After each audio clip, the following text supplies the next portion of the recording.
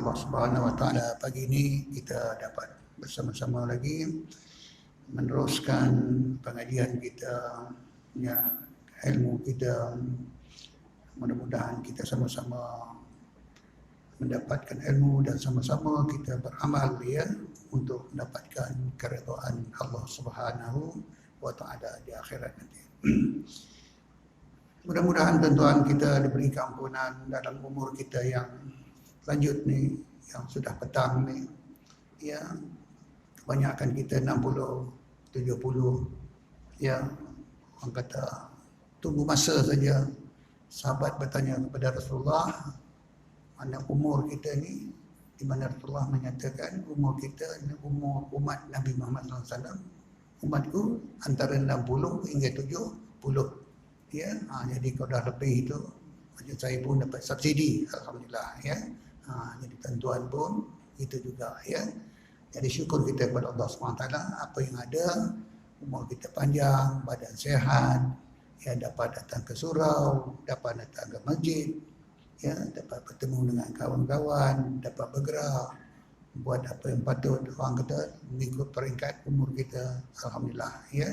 Yang penting sekali kita dapat mengabdikan diri kita kepada Allah Subhanahu Wa Taala. Itulah satu kesyukuran, ya. Terima kasih kepada Allah, kita sama-sama yang telah umur lanjut ni, ya, kita dapat sama-sama bergerak, dapat sama-sama beramal, dapat lagi kita, orang kata, berjemaah dan sebagainya lah, ya.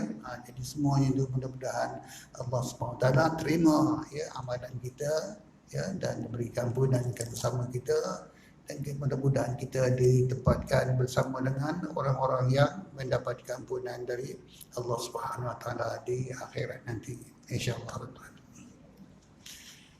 Alhamdulillah, tuan-tuan, ya. Pagi ini kita tengok dalam satu tajuk, ya, dalam Al-Mutasawwif, dusta. Bertajuknya dusta, ya. Ini peranan mulut, ya, peranan mulut, ataupun peranan lidah, ya, lidah, ya. Padahal lidah itu atas tujuan kita mendapatkan dan membanyakkan zikrullah, mengingati Allah Subhanahu Wa Taala, ya, zikirlah, itu maksudnya. Dia kata supaya dapat membanyakkan zikir kepada Allah dan membaca Al-Quran, lidah kita ni, ya, ya. Kemudian seterusnya, supaya dapat kita juga memberi petunjuk kepada manusia ke jalan Allah Subhanahu Wa Taala, ya, lidah, ya. Jadi di semuanya lidah, tangan, kaki, yang dikatakan anggota badan ni adalah amanah, amanah Allah SWT kepada kita, dan kita kenalah jaga, ya, kita pelihara, ya. Jangan dibiarkan dia, jangan dibiarkan kita melakukan, jangan dibiarkan dia melakukan perkara-perkara yang ditegah oleh Allah Subhanahu Wa Taala, ya. Artinya kata Imam Ghazali, kalau kita melakukan kerja-kerja yang dilarang oleh Allah Subhanahu Wa Taala, sedangkan anggota kita itu adalah amanah, kita jaga untuk memuja dan memuji Allah. Kalau kita lakukan kepada perkara yang dilarang, artinya kita melakukan maksiat, pecah amanah, pecah amanah.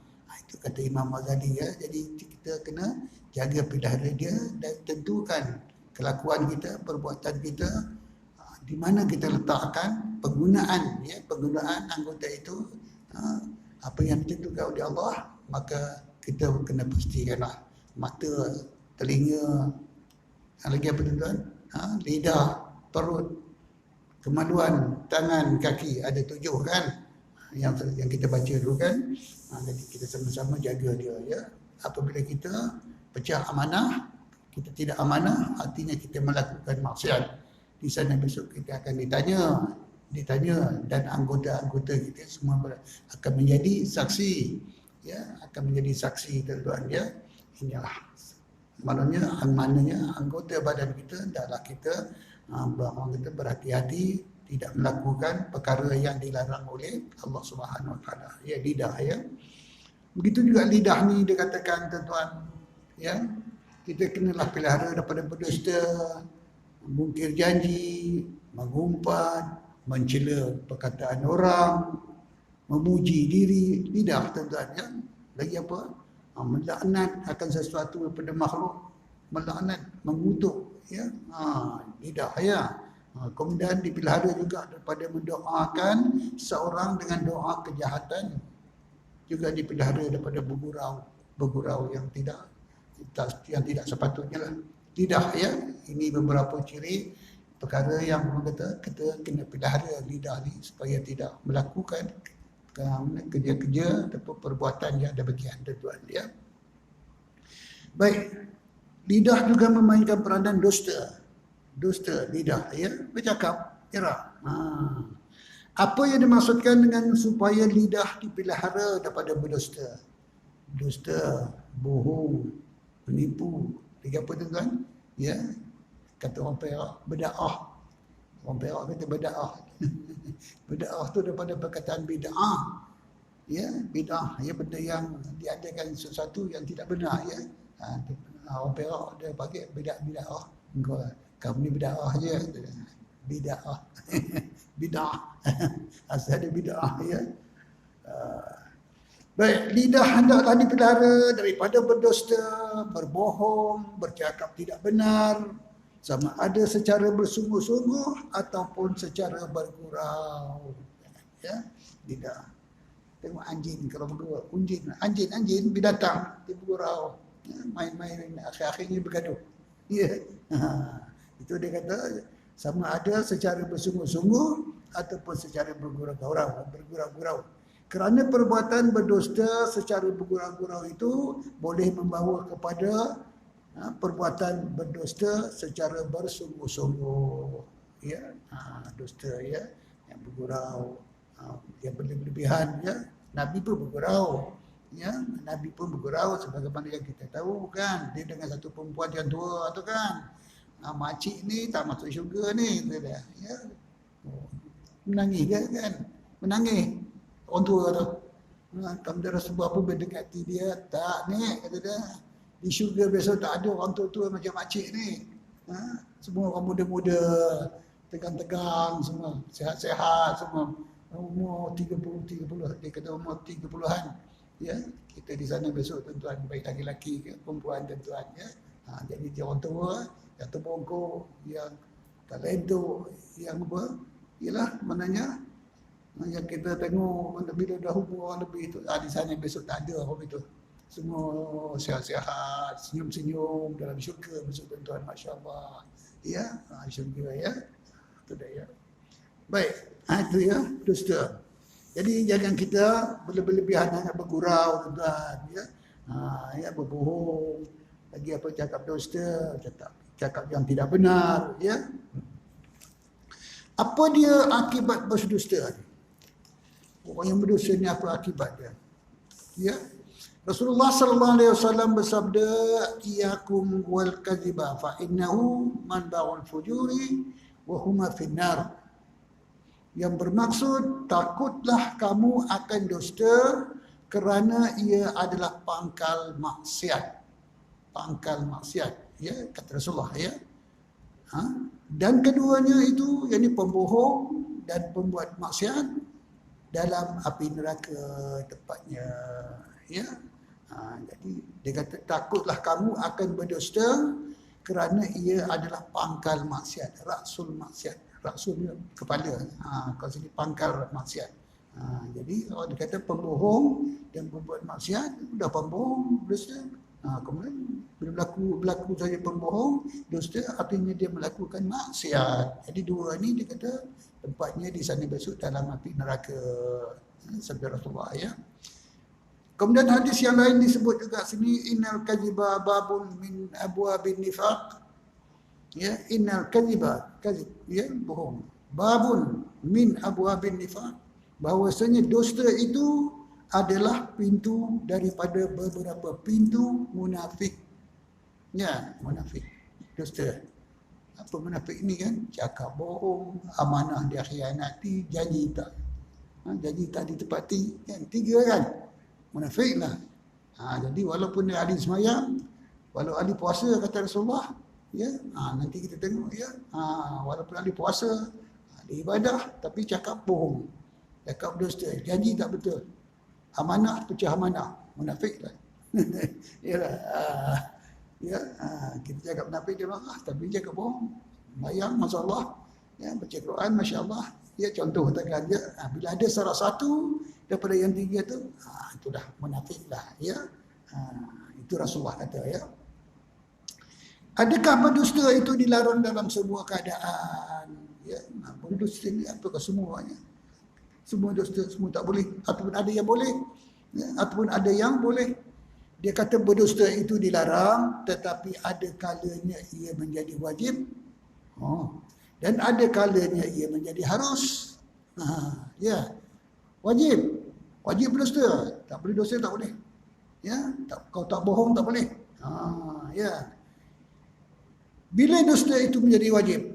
Dia kata, ya, dusta itu menjadi wajib. Ada beberapa perkara sini, ya. Di sini ada kata, dikategorikan ada empat perkara, 4 tempat. Ada 4 tempat, ya. Yang pertama, berdusta kerana hendak melepaskan orang yang hendak dibunuh oleh orang lain secara zalim. Orang zalim nak membunuh seorang tu. Ya, jadi dia datang rumah kita, dia minta perlindungan lah, minta perlindungan. Datang dengan parang yang panjang berkilat. Masya-Allah. Ada tak? Aku nak bunuh apa? Macam-macam lah, orang zalim kan. Dia tak kisahlah. Jadi kerana dia nak membunuh, dia kata nak membunuh orang mana cara zalim tu, maka hendaklah kita berkata, tak tahu, sini tak ada. Tak nampak pun, katakan, contohlah katakan gerak, tak nampak pun. Ada tak? Tak ada. Wajib kita berbohong. Wajib kita berbohong. Itu maknanya walaupun dusta itu maknanya dilarang, tapi ada tempatnya wajib kita berbohong. Ya, kerana nak menyelamatkan nyawa manusia kan daripada dizalimi oleh orang zalim. Ya, satu. Dan yang kedua, dia kata berdusta kerana hendak memelihara akan harta orang Islam daripada hendak dizalimi oleh orang. Ya. Tadi ya. Bukan. Tadi ya. Berdusta kerana, yang kedua, berdusta kerana hendak menyelamatkan harta orang yang diamanahkan. Tadi ya. Yang diamanahkan kepadanya daripada orang zalim. Ya. Yang pertama tadi kerana dia nak membunuh secara zalim kan. Jadi kita kena bohong. Yang kedua ni berdusta hendak menyelamatkan harta orang yang diamanahkan. Bukan sedang bendahari masjid tuan-tuan. Bendahari surau tuan-tuan pegang duit. Ini orang zalim tuan-tuan. Jom tuan-tuan. Semalam orang punya dapat duit, ramai orang bayar tu. Banyak tabung keluar. Pergi rumah bendahari secara zalim kan. Pergi rumah bendahari, apa rumah bendahari? Bagi duit di masjid lah. Itu sebabnya duit masjid ni seboleh-bolehnya bila dah terkumpul, jangan simpan lama. Simpan masuk bank. Tempat yang tertentu ya. Ini orang zalim kan. Jadi cerita orang zalim ni lah. Jadi kita nak yang diamanahkan oleh oleh orang ramai, jemaah kita kepada bendahari contohnya kan, AJK semaya ada duit kita, jadi datang orang zalim nak menzalimi, maka hendaklah kita berdusta. Cakaplah bendahari, duit tak tahu, duit dah masuk bank dah. Duit dah masuk bank, umpama itu kan, ataupun duit kat Tuan Nazir, pengurusi ataupun pada siapa-siapa lah. Berbohong ya. Ini duit orang ramai ni yang diamanahkan kepada kita ni. Ya, ini satu daripadanya, hendaklah kita berbohong. Kebohong itu adalah wajib kerana menyelamatkan harta orang yang diamanahkan. Begitu juga contohlah katakan dia pergi umrah Iraq, tinggallah duit sikit kepada jirannya untuk anak-anaknya yang tinggal kena sekolah ke apa ke, umpama katakan tinggal 2,000 ke 3,000 ke, contohlah katakan ya. Datang pula orang zalim. Dia nak ambil dia nak merompak dan sebagainya kepada orang yang diamanahkan itu. Maka hendaklah kita berbohong. Kita tak tahu. Kalau dia pun pandai-pandai lah. Ya? Ini wajib. Ya? Dan yang ketiga tadi tuan-tuan, berdusta kerana hendak memelihara akan harta orang Islam. Tadi harta orang yang diamanahkan. Ini harta orang Islam daripada hendak dizalimi oleh orang. Lebih kurang kita juga lah ya. Tadi menyelamatkan harta orang yang diamanahkan. Ya? Dan sini menyelamatkan ataupun memelihara akan harta orang Islam daripada hendak dizalimi oleh orang berkurangan. Ya, jadi kita wajib berbohong, tuan-tuan. Ya, walaupun bohong itu dikatakan dosa, itu cakap tak benar itu maknanya adalah perbuatan yang membawa kepada maksiat. Ya, tapi tempat-tempat ini boleh, wajib kita berbohong kerana nak menyelamatkan nyawa, nak menyelamatkan harta orang, nak menyelamatkan apa yang diamanah orang kepada kita. Dan yang keempat, tuan-tuan, berdusta kerana hendak memelihara akan isteri orang Islam daripada hendak dizalim isteri orang. Ya. Suami dia pergi umrah ataupun stesen, pergi kerja, berkatakan kawan baru kahwin, kan? Baru kahwin. Contoh katakan baru seminggu, 2 minggu, sebulan, mengatakan datang orang zalim. Ya, nak buat orang kata nak menzalimilah ke isteri itu. Jadi dia kata berdusta boleh, berdusta kerana hendak memelihara akan isteri orang yang minta perlindungan kepada kita. Suami dia outstation ke, pergi umrah ke, pergi ke mana ke, kerana hendak dizalimi oleh orang. Ada tak Cik Minah ni? Cik Minah ada tak? Nampak tadi? Umpama tadi nak menzalimi. Contohlah katakan dia. Jadi kita hendaklah berdusta kerana nak menyelamatkan isteri orang. Ya, satu daripadanya, tuan-tuan. Ya, itulah ada beberapa perkara yang kita wajib kita berdusta, tuan-tuan. Walaupun dusta itu membawa kepada maksiat, tuan-tuan. Ya, satu tadi daripada hendaklah kita berdusta kerana nak melepaskan orang daripada dibunuh secara zalim. Satu. Dan yang kedua, hendaklah kita berdusta kerana hendak menyelamatkan harta orang yang diamanahkan. Wajib kita berdusta, boleh. Walaupun orang kata, alah Tuan Haji itu pembohong lah, Tuan Haji penipu. Walaupun dia gelap, tak apa. Ya, itu imam penipu tu. Dia kata tak ada pula. Ada tadi nampak isteri orang, ada dia banyak duit, umpama katakan. Ya, walaupun kita dia gelap, penipu, umpama kata tak apa, biarkan. Tapi kita dalam hal ini, kita wajib kita berdusta. Ya. Begitu juga berdusta kerana nak memelihara akan harta orang tadi, kemudian berdusta kerana nak memelihara akan isteri orang Islam daripada dizalimi. Ya, ini tempat-tempat yang dikatakan yang boleh kita wajib berdusta kerana kita memelihara dan memegang amanah yang diamanahkan kepada kita. Ya, dusta. Ya. Apakah syarat-syarat maka dusta menjadi wajib dalam keadaan tersebut? Ada syarat juga, tuan-tuan. Ya, walaupun wajib tapi ada syarat. Ya, dia kata sini hendaklah perkara yang dinyatakan itu tidak terlepas atau tidak selamat atau tidak terpelihara kecuali dengan jalan berdusta. Maka dalam keadaan sedemikian adalah diwajibkan berdusta. Syaratnya kalau kita cakap benar, bergaduh.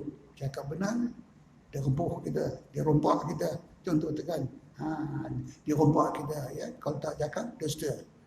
Cakap benar, ada tak? Ada. Oh, ni benar penjuru kata orang. Ya. Ada duit, ada. Dia pun sedar lah, datang dari tiga orang. Ya, orang zalim, umpama tekan jerak. Ya. Maka di sini kita akan nak menyelamatkan harta isteri orang dan sebagainya. Dia kata tidak ada cara-cara kecuali lah dengan jalan berdusta. Maka dalam keadaan demikian adalah diwajibkan kita berdusta. Ya, itu dia. Kalau cakap benar, tak lepas. Ya, mungkin jadi pertumpahan darah ke dan sebagainya. Bila dusta itu menjadi harus, itu wajib tadi. Harus, mubah. Ya, bahasa Arab dia mubah, harus. Ya, dusta menjadi harus ataupun mubah termasuklah dua keadaan. Yang pertama, berdusta kerana hendak mendamaikan orang yang berkelahi dan berbantah-bantah. Ya, berkelahi, berbantah-bantah. Pandai-pandailah kita berdusta.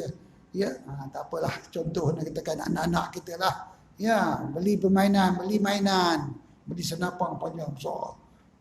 Anak kita 2 orang, laki-laki tu, tengah kanah, ya, tengah kanah, masing-masing nak main, beli satu, lepas tu dia beli satu, apa tak bergaduh lah, Ya tak? Jadi pandai-pandailah kita berdosa pada anak kita. Ini tak elok. Ini buruk. Dia nanti kita abah beli yang lain. Contohlah katakan dia pandai-pandai katakan dia. Ini dah rosak. Dan umpama katakan. Ini maknanya dia kata mendamaikan orang berkelahi. Begitu jugalah. Dalam bab-bab yang lain tuan-tuan. Kita yang dewasa ni berjiran dan sebagainya. Ya, dan jadi kita pandai-pandailah kita bagaimana nak mendamaikan kata-kata yang sesuai untuk mereka antara dua orang tu ya. Maka hukumnya dikata berdusta kerana hendak mendamaikan orang yang berkelahi dan berbantah-bantah. Boleh. Ya. Ya, tapi selalunya kalau kita nak berbohong ni, nak berdusta ni untuk budak-budak ni lah, kan orang tua, orang dewasa ni susah sikitlah. Ya. Baiklah, tak apalah, terpulang pada kita.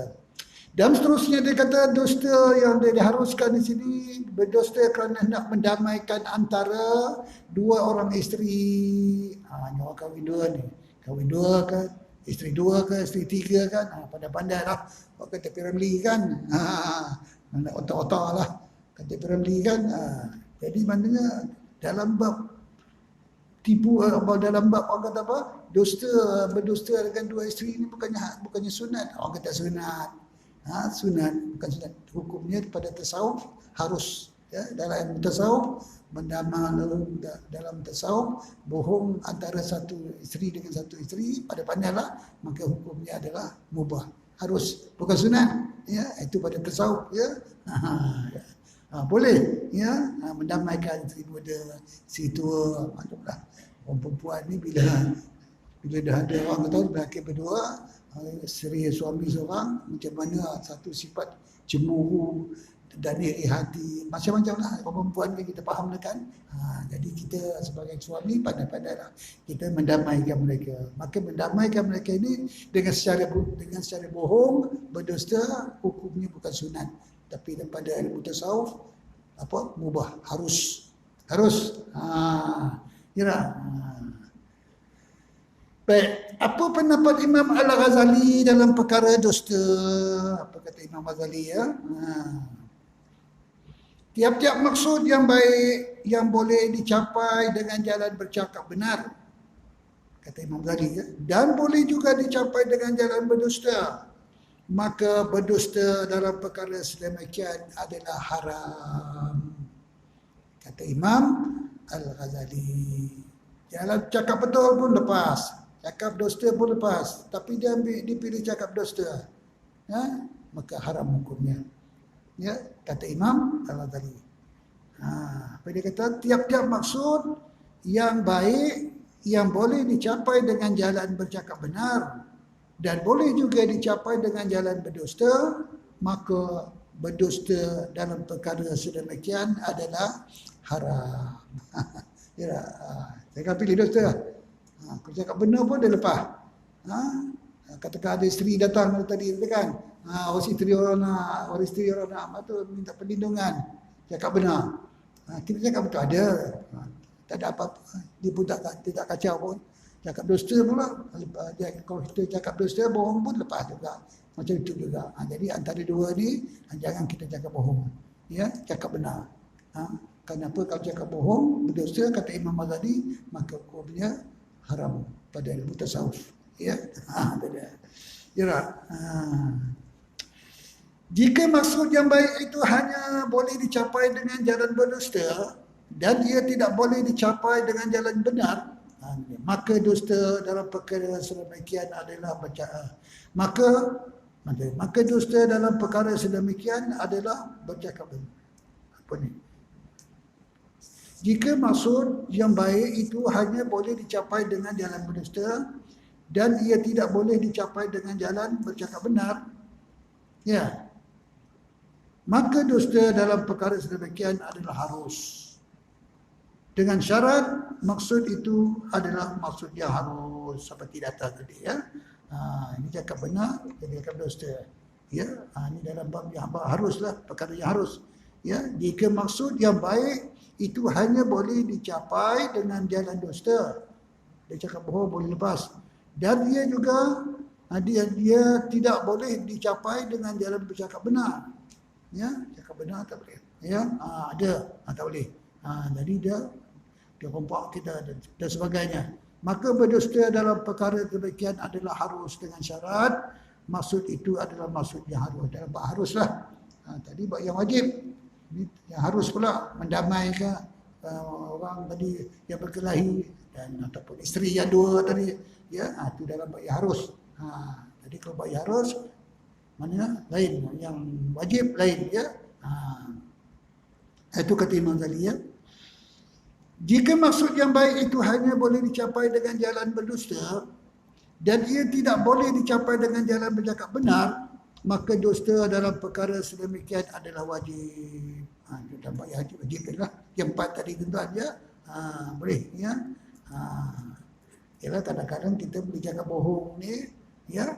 Orang dia bukan faham apa, bukan dia faham kita nak menyelamatkan orang ke, nak menyelamatkan harta orang ke, nak menyelamatkan duit orang masjid ke dan sebagainya. Dia bukan tahu, kan? Siapa tanya jumpa dia? Tu imam. Tadi tu Bilal. Tu Bilal pembohong, tu Bilal penipu. Itu imam penipu.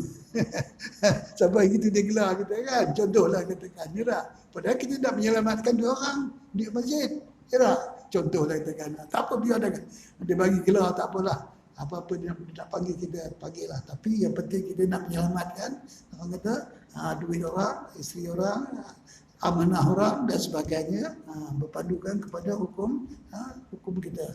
Pada ilmu tasawuf boleh kita berbohong, boleh kita berdusta. Dia nak panggil kita, dia nak gelar kita pun pulang ke dia lah. Ya, sebab kita ada jalan keluar, jalan keluar. Setakat nama aja pun tak ada apa-apa ya. Jika maksud yang baik itu hanya boleh dicapai dengan jalan berdusta. Kalau tak berdusta tak boleh, dia mesti dusta, mesti cakap bohong. Dan ia tidak boleh dicapai dengan jalan benar. Kalau jalan benar, orang kata bergaduh nanti. Maka dusta dalam sedemikian adalah wajib. Yang 4 jalan. Ada dengan syarat pula, dia kata. Dengan syarat maksud itu adalah maksud wajib. Yang 4 tadi. Kembali kepada yang 4 tadilah. Kembali kepada yang 4 tadi. Boleh kita orang dapat cakap bohong. Ya, dalam bab dusta ya. Baik, lagi apa kata Imam Ghazali? Jika bercakap benar boleh menumpahkan darah. Menumpahkan darah. Ya. Yalah. Bergaduh. Ya. Menumpahkan darah, ya, yang ini kita yang orang yang diamanahkan dia mempertahankan hak dia, yang ini dia nak zalim saja, dia nak merompak saja. Kita mempertahankan hak orang, ya, amanah orang, duit orang, harta orang, ya. Jika bercakap benar boleh menumpahkan darah orang Islam yang telah tersembunyi, yang telah bersembunyi daripada orang zalim, maka dusta dalam perkara sedemikian adalah wajib. Jika bercakap benar boleh menumpahkan darah orang Islam yang telah bersembunyi, yang tadilah yang perempuan isteri orang tadi daripada orang zalim, maka berdusta dalam perkara sedemikian adalah wajib menyelamatkan isteri orang daripada dizalimi.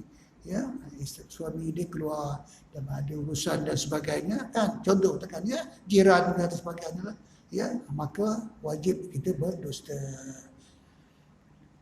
Manakala tidak dapat disempurnakan maksud berperang sabil atau peperang burah, ya, atau mendamaikan orang yang berkelahi atau melembutkan hati orang yang ditipu mudarat, melainkan dengan jalan berdusta, maka dusta dalam perkara sedemikian adalah harus. Ini dalam bab haruslah, ya. Dalam bab harus, kembali kepada dalam bab yang harus mendamaikan apabila orang bergaduh, berkelahi dan isteri dua tadi, tuan ya. Itu dalam bab yang harus. Apa kata Imam Ghazali? Walau bagaimanapun hendaklah dipelihara diri daripada berdusta dan mengelakkan diri daripada melakukannya seberapa yang dapat. Apapun dibagi tahu, kalau boleh pandai-pandailah, kalau boleh jangan kita berdusta ya. Jadi apapun ada tempatnya kita boleh berdusta, bohong, dan ada tempatnya kita boleh juga berbohong, maknanya atas yang wajib dan atas yang harus, tuan-tuan ya. Itu dalam bab dusta. Baik.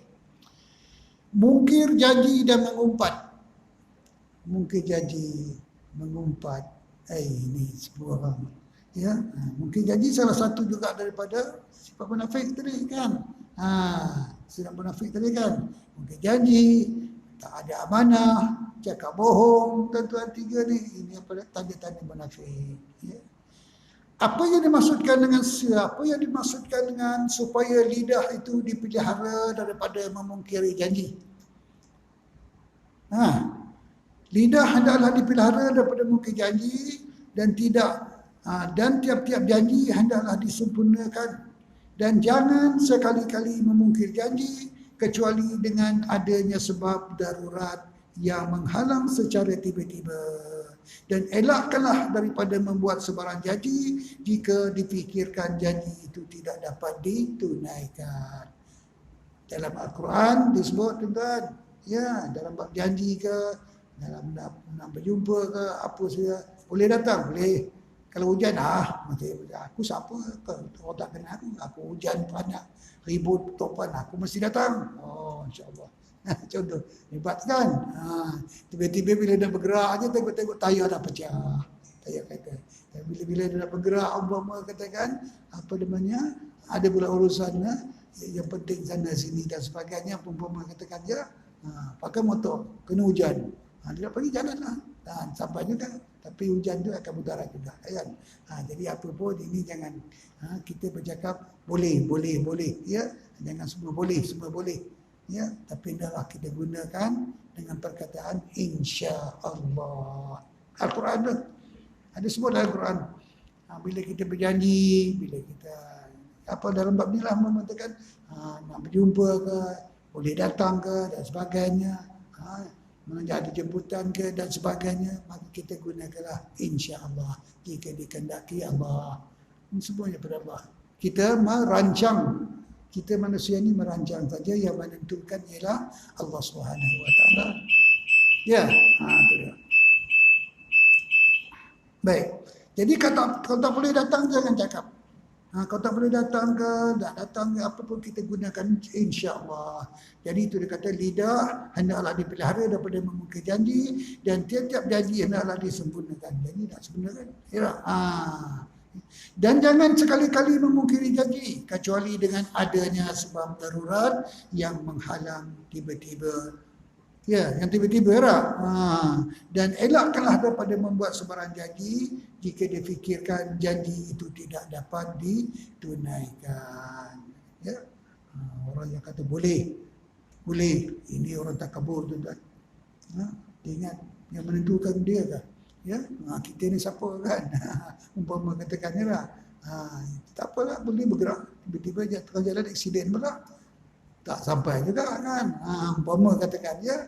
Ini semuanya jangan kita, maknanya jangan kita tinggalkan orang kata apa yang ditentukan oleh Allah. Jadi kita hendaklah rujuk kembali kepada penentuan Allah Subhanahu Wa Taala dan kita ini adalah hanya merancang saja. Ya. Baik. Apa dia akibat memungkir janji ni tuan? Orang yang memungkir janji ni apa akibatnya? Rasulullah sallallahu alaihi wasallam ada bersabda salasun man kunna fihi fa huwa munafiq wa in sama wa salla man idza haddatha kadzaba wa idza wa'ada akhlafa wa idza tumina khana. Yang tiga tadi yang saya sebut tadi lah. Rasulullah juga ni sabda hadis Rasulullah ya, yang bermaksud tiga perkara, barang siapa ada salah satu daripadanya maka orang itu adalah munafik walaupun ia puasa dan sembahyang, ada ibadah, kata Rasulullah. Pak Haji bohong dan sebagainya. Kita ahli ibadah, kita ahli sembahyang, kita ahli masjid, lagi apa? Ya, umrah setiap tahun umpama katakan ya, tapi cakap bohong, janji, mungkin janji je lah, apa mungkin janji tadi, ya lah, munafik lah, walaupun dia ahli sembahyang, ahli puasa. Apabila ia berkata, maka ia berdusta, dan apabila ia berjanji, maka ia mungkir, dan apabila ia diberi amanah, maka ia khianat. Pecah amanah, banyak ada pecah amanah. banyak dah pecah amanah. Ya, panggil munafik dia marah. Ringkasnya mungkin janji itu adalah salah satu tanda munafik. Ya, ya. Jadi 3 perkara ni, walaupun dia ahli sembahyang, ahli ibadah, ya, ahli masjid, orang kata maknanya ialah, tapi bila bercakap ada salah satu yang 3 ni, munafiklah. Ya, walaupun dia ahli puasa, dia sembahyang, kata Rasulullah. Ya. Apa yang dimaksudkan dengan mengumpat pula? Itu bab munafik tadi, mengumpat ni. Ya. Mengumpat ialah mencela atau menyebut keburukan orang lain di belakangnya. Di belakangnya. Maknanya masa dia bercakap tu dia tak ada situ. Ya, yang mana celaan atau sebutan itu adalah dibencinya jika ia mendengarnya. Setiap tutur kata yang mencela, mengejek, mengeji, menghina, menodai nama orang lain yang diperkatakan di belakangnya adalah termasuk dalam mengumpat, dalam maksud mengumpat. Kira. Walaupun dia katakan ada apa ni benda tu dia cakap telor, mengatakan dia ada sengit, dia katakan memang ada pada dia, katakan. Kira. Tersebut dia kita buat dia. Sedangkan masa kita sebut tu dia tak ada pada depan kita, mengumpat lah. Dan dia tak suka. Dan dia tak suka sifat-sifat yang yang korang ada pada dia tu disebut-sebut. Ya, dan dia tahu tu Allah yang bagi kan, mengatakan. Ya, dia mata dia tak nampak sebelah. Contoh katakan, itulah yang kita sebut-sebut dan kita hena-hena dia di belakang dia. Contoh katakan, ya, dia tak suka walaupun benda itu betul. Ya, jadi mengumpat. Tapi dalam satu bab lain tuan-tuan, dikatakan boleh kita mengumpat, nanti kita baca insya-Allah tuan-tuan.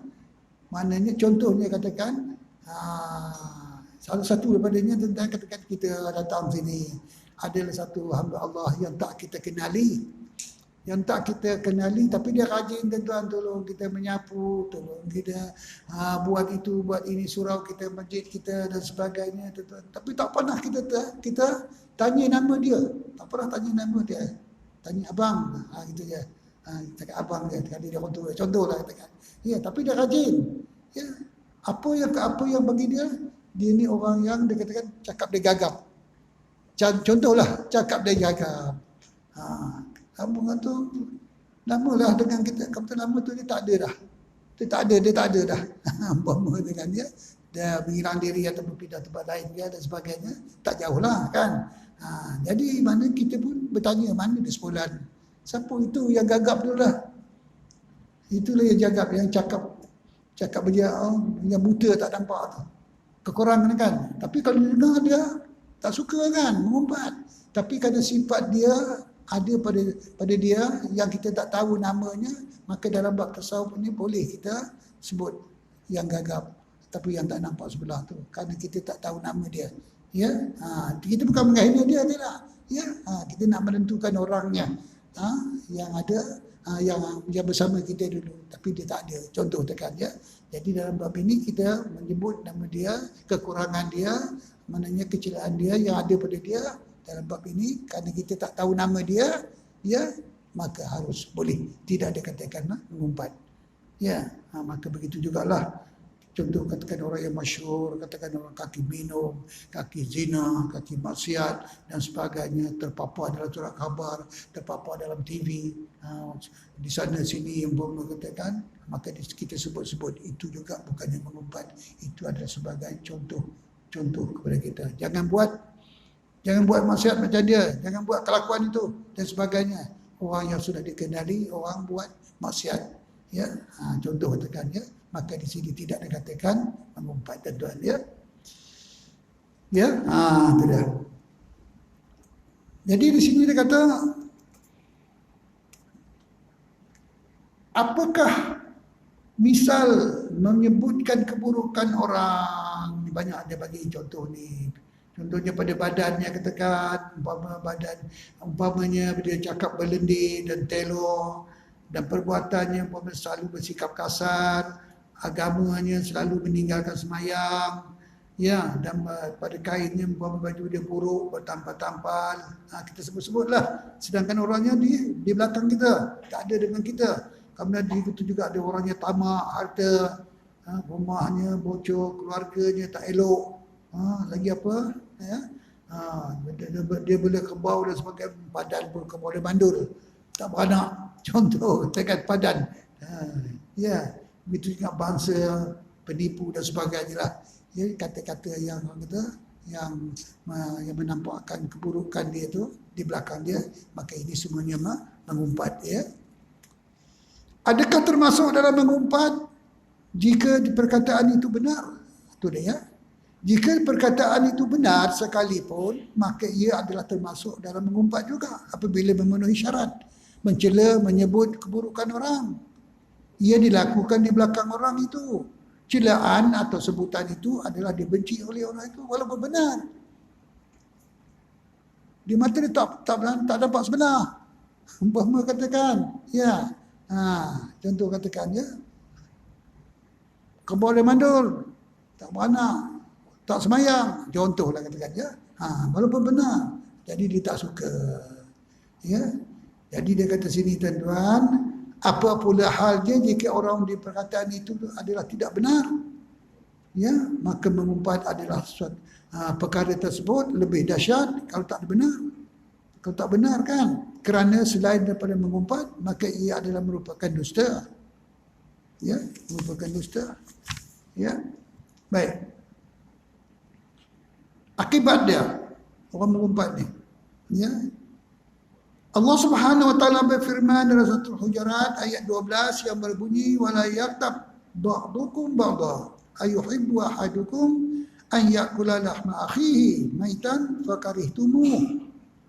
Dan janganlah sebahagian daripada kamu mengumpat perihal sebahagian yang lain.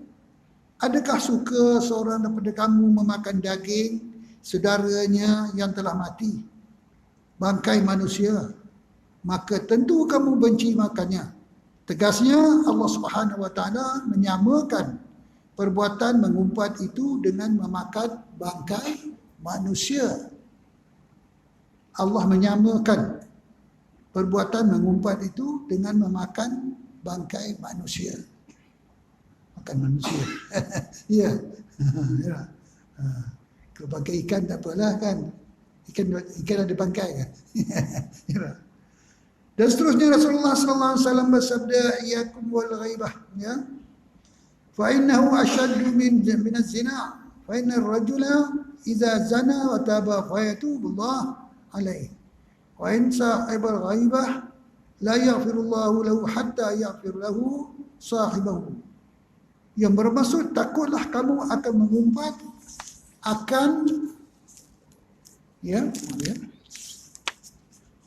kerana mengumpat itu lebih dahsyat dosanya daripada zina.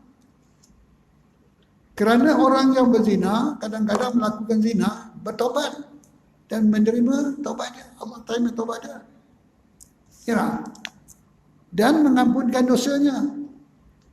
Dan orang yang mengumpat itu tidak diampuni oleh Allah akan dosanya, sehinggalah orang kena umpat itu memberi keampunan kepada orang yang mengumpat. Tak lepas.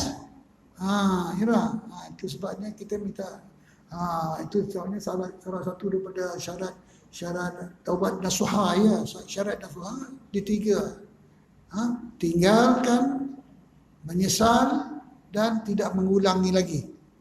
Dan satu lagi, sekiranya ada kamu mengumpat ke, ada kamu mengambil barang orang ke, ada kamu menzalimi orang, kamu jumpa dia dan minta maaf. Kalau dia mempunkan, dia maafkan, maka lepas.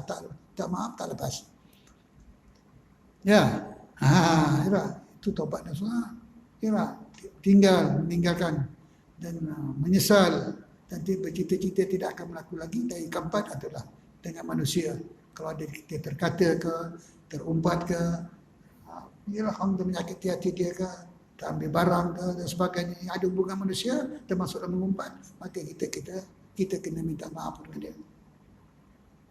Dan seterusnya Rasulullah sallallahu alaihi wasallam tuan-tuan ada bersabda sekali, ya, Marartu lailatal isra, marartu lailata usriya bi ala qaumi yakhmishuna wujuhahum bi'adhafirihim.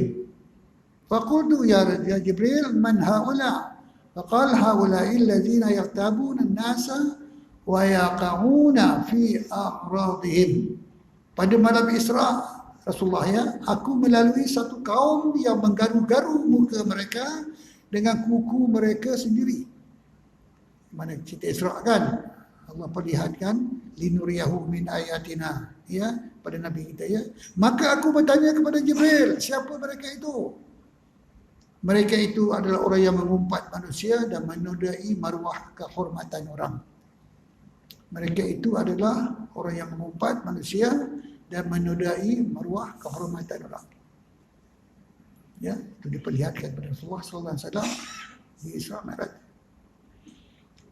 Adakah mengumpat itu dilarang dalam semua keadaan?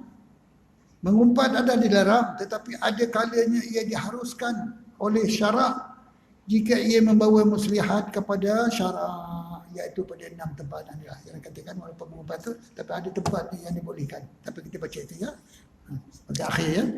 Yang pertama, mengumpat akan kejahatan orang yang melakukan zalim ke atas dirinya dengan cara mengadu kepada qadi supaya dihukumkan oleh qadi, atau mengumpat akan kejahatan qadi yang melakukan zalim ke atas dirinya dengan cara mengadu kepada sultan supaya dihukumkan oleh sultan.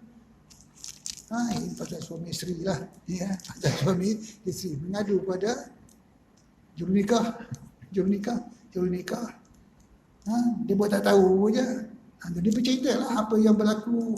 Suami dia pukul dia, suami dia tendang ke, suami tak macam-macam lah kan. Jadi dia tak makan zaman. Maka boleh kita mengadu kepada qadi. Tadi jurunikah ni qadi mengadu, dia pun tak makan zaman dia lagi. Boleh kan naik atas lagi.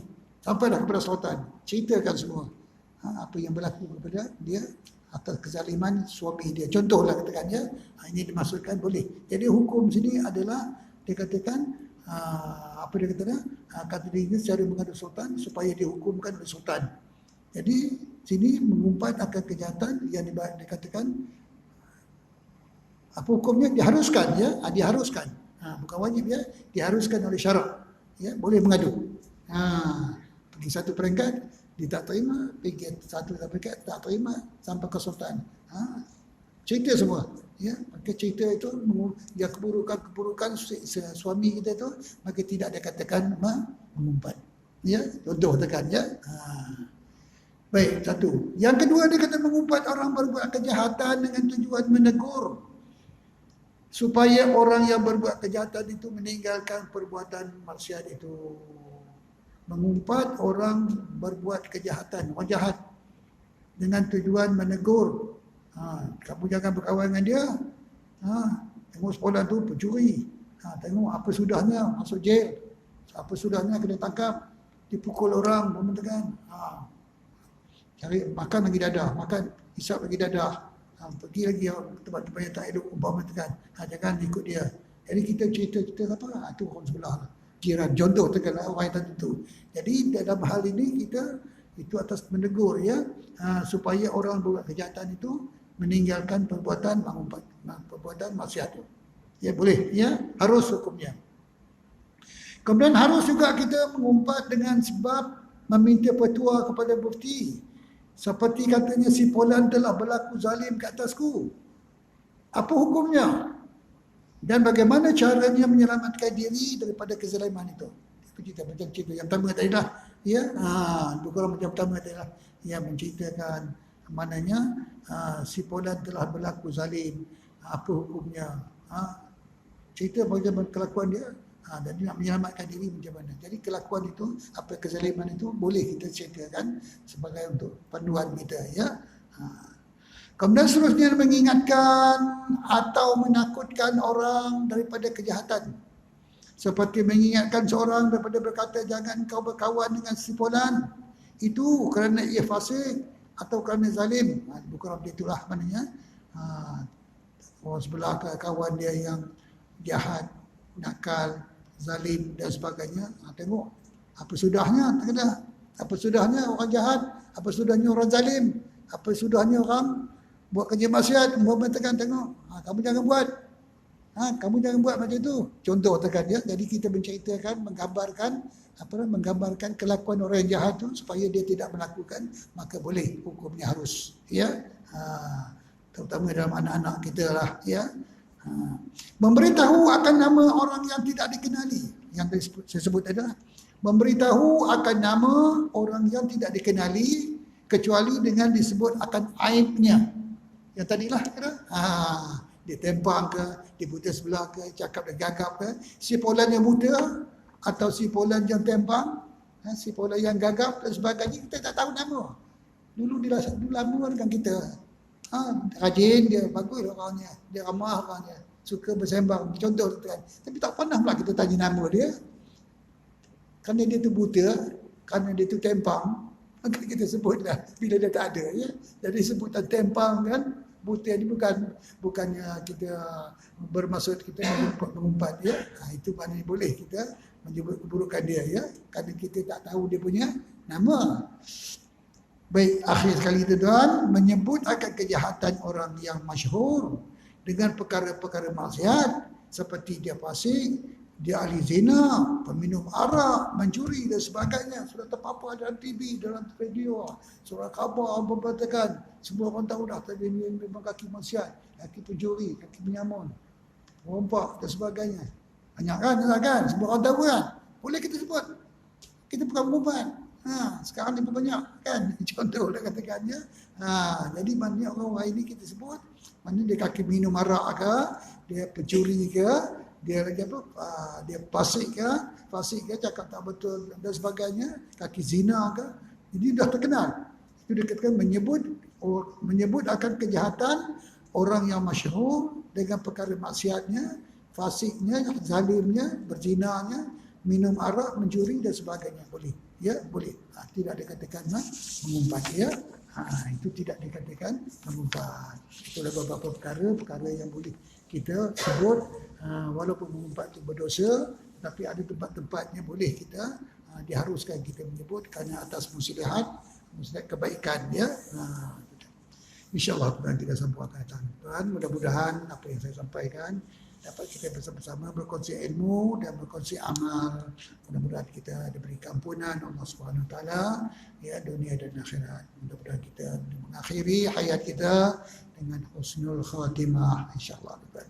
Bismillahirrahmanirrahim. Alhamdulillahirabbil wassalatu wassalamu ala asyrafil anbiya'i wal mursalin wa ala alihi wa sahbihi ajma'in. Rabbana atina fid dunya hasanah wa fil akhirati hasanah wa qina adzabannar. Wa sallallahu ala sayyidina Muhammad wa ala alihi wa sahbihi wasallam. Walhamdulillahi rabbil alamin. Taqabbalallahu minkum minna wa minkum ya karim.